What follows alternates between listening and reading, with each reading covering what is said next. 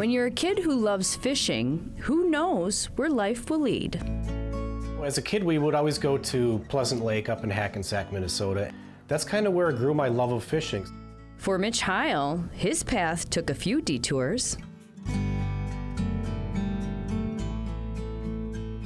including a tour in Afghanistan. Later back home, Mitch returned to his love of fishing and lake life, but combined it with his other passions he learned while deployed: woodworking and computer programming.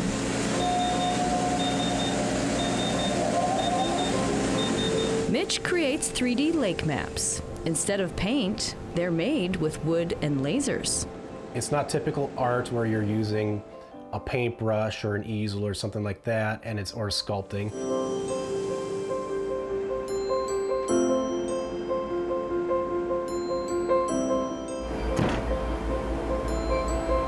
I find this works better than going to the gym and working out. Kind of always had an affinity for maps and just reading them, do a lot of fishing, so I'm always looking at different maps of lakes here and there, but mostly it's just for fishing for me. When finished, this will be a map of Girl Lake in Cass County. You put all of the same depth on the same layer, so all of this is only cutting out, 60 feet or whatever this one is at. So all the laser's doing is it's just following the contours. Ah, yes, the laser. I can't do this on a scroll saw because it took me, 6 hours or 7 hours to cut out one for myself. And then I found out that laser cutters exist, CO2 laser cutters exist. So then it brings me over to my first proof of concept on a laser, Forest Lake. And it can do a lot more detail. I'm using thinner wood. You can preserve your islands and your underwater humps a lot better.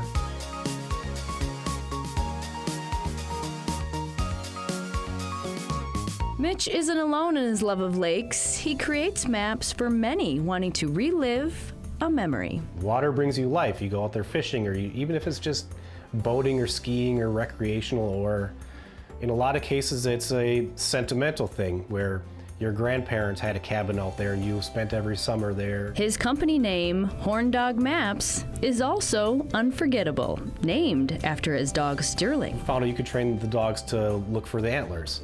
So in my family, it's always been kind of an inside running joke that we call the antlers, we call them horns. So we called Sterling was my little horn dog. As for Girl Lake, well, it was special to the Sheriff family. Our family cabin once sat on that shoreline.